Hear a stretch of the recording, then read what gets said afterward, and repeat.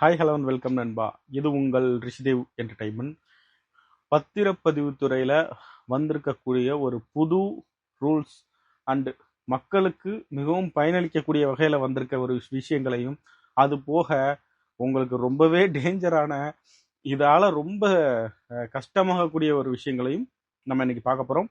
வீடியோக்குள்ளே போகிறதுக்கு முன்னாடி மறக்காமல் நம்ம சேனலை சப்ஸ்கிரைப் பண்ணிடுங்க, லைக் பண்ணிடுங்க, தொடர்ந்து நம்மளோட இணைந்திருங்க. என்னன்னு பாத்தீங்கன்னா, பத்திரப்பதிவு துறைக்கான புதிய மசோதால நம்ம ஜனாதிபதி திரௌபதி முர்மு அவங்க சைன் பண்ணியாச்சு. ஸோ அது அமலுக்கு வந்துருச்சு. என்னன்னு பாத்தீங்கன்னா, வீட்டிலிருந்தே பத்திரப்பதிவு செய்யும் முறை அப்படின்னு சொல்லியிருக்காங்க. எல்லாரும் நினைப்பீங்க நான் வீட்டுல இருந்து ஓடிபி வச்சு நான் பத்திரப்பதிவு பண்ணிடுவேன்னு. கண்டிப்பாக அது கிடையாது.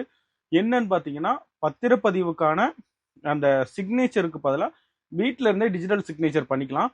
பட் பத்திரங்களை நேரடியாக பத்திர ஆபீஸ்ல ஒப்படைச்சு அதுக்கு ஒப்புதல் வாங்கினதுக்கு அப்புறம் தான் பதிவுகள் ஏற்றுக்கொள்ளப்படும். ஓகேவா? அதனால நான் வீட்டில இருந்தே பத்திரப்பதிவு பண்ணிடலாம் நினைக்காதீங்க. 2 பார்ட்டியும் ஆஜராகி பத்திரப்பதிவு ஆபீஸ்ல அந்த பத்திரங்களை சமர்ப்பிச்சு அதுக்கப்புறம் தான், பழைய நடைமுறை தான், பட் அந்த சிக்னேச்சருக்கு பதிலாக டிஜிட்டல் சிக்னேச்சரா மாத்துறாங்க. புரியுதா உங்களுக்கு? வீட்டில இருந்தே ஆதார் பேஸ்ல டிஜிட்டல் சிக்னேச்சர் பண்ணிக்கலாம். இரண்டாவது விஷயம், இதுதான் எல்லாருக்குமே ரொம்ப பெரிய ஒரு இக்கட்டை உண்டாக்கக்கூடும் அப்படிங்கிற மாதிரி சொல்றாங்க. ஒரிஜினல் பத்திரங்கள், தாய் பத்திரங்கள் இல்லாம பத்திரப்பதிவுகள் நடக்கிறதுக்கு வாய்ப்பே கிடையாது. ஓகேவா? அப்படி இல்லை, அந்த பத்திரங்கள் இல்லை அப்படின்னா என்ன செய்யலாம்னு பாத்தீங்கன்னா, அதுக்கான வழிமுறைகள் ரொம்பவே பெருசு. அது போக நீதிமன்ற நிலுவையில் இருக்கிற வழக்கு நிலுவையில் இருக்கிற பத்திரங்களையும் இனிமேல் பதிவு செய்ய முடியாது. ஏன்னா இது டிஜிட்டலா மாறுது பத்திரங்கள் எல்லாமே. ஸோ அதையும் பதிவு செய்வது ரொம்பவும் கடினமாகுது. இதனால இனிமேல் பதிவுத்துறைக்கான சுமை குறைந்தாலும் மக்களுக்கு இன்னும் கொஞ்சம் சுமை அதிகரிக்கிறதுக்கு வாய்ப்புகள் நிறைய இருக்கு.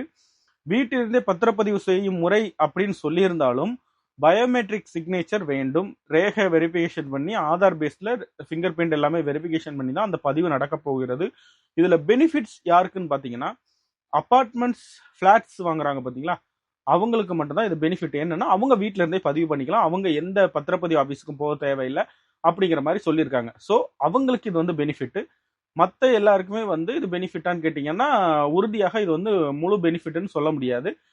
ஸோ இதனால உங்களுக்கு நன்மையா, இல்லை இதுல உங்களுக்கு என்ன ஐடியா தோணுது அப்படிங்கிறத மறக்காம நம்ம கமெண்ட்ல சொல்லிருங்க. இது போக இன்னொரு ஒரு விஷயம் இருக்கிறது. என்னன்னு பாத்தீங்கன்னா, பத்திரப்பதிவுகளை ஆன்லைன் மூலமாக இனிமேல் பத்திரம் கொடுக்கப்படுகிறது. பத்திரம் இனிமேல் பிசிக்கல் காப்பி கிடையாது, எல்லாமே டிஜிட்டல் காப்பி தான்.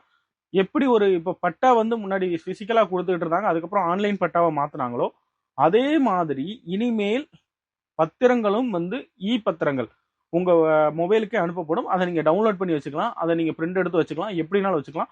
அதுல டிஜிட்டல் சிக்னேச்சர் இருக்கும். அந்த பத்திரங்கள் மட்டும்தான் இனிமேல் வரப்போகுது. பிசிக்கல் பத்திரம்ங்கிறது இனிமேல் கிடையாது. ஓகேவா?